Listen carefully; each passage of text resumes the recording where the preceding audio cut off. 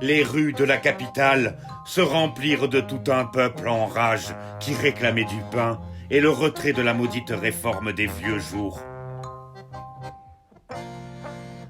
Après la parlotte traditionnelle du 31 décembre que sa morgueuse altitude avait prononcée debout droit dans ses chausses en totale apesanteur, les riens et les riennes rêvèrent plus que jamais et avec une netteté accrue de la machine de Monsieur Guillotin. Le jeudi, Madame la marquise de la Buse refusa de concourir au tournoi des petits bourgmestres. Elle avait piscine.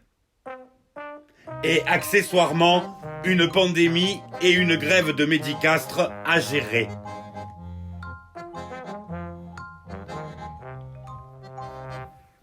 Jamais Phallus ne fut autant commenté que celui de cet infortuné petit astiqueur de duc de Grivois.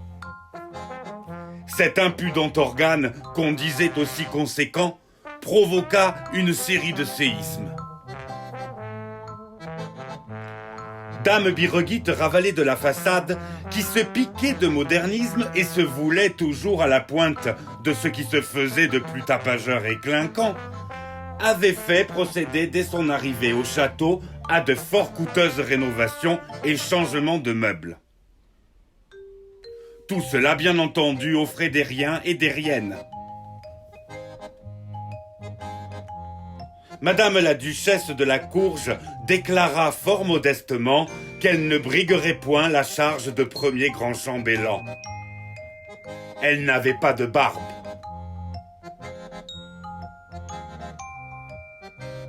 Madame la duchesse de Sittard avait été priée par sa majesté en personne de se mettre au vert et à la diète, afin d'être en mesure à son retour de proférer la plus énorme bévue.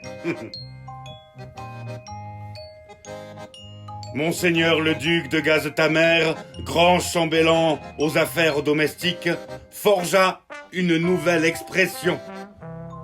Le soupçon avéré. On frôlait le génie.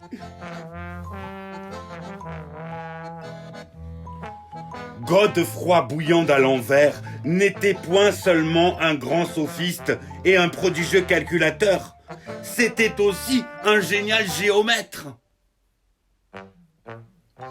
Au royaume de grands culs par-dessus tête, vivre devenait interdit. Le roi, qui se sentait souffrant, se plaignit à la reine consort. « Faites-vous écouvillonner, mon ami !» lui fut-il répondu du fin fond d'un corridor.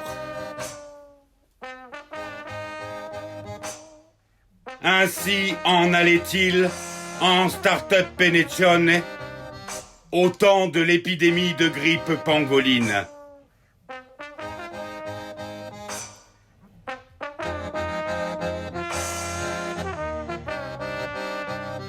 Chronique de l'an de disgrâce 20 de Julie d'Aiglemont.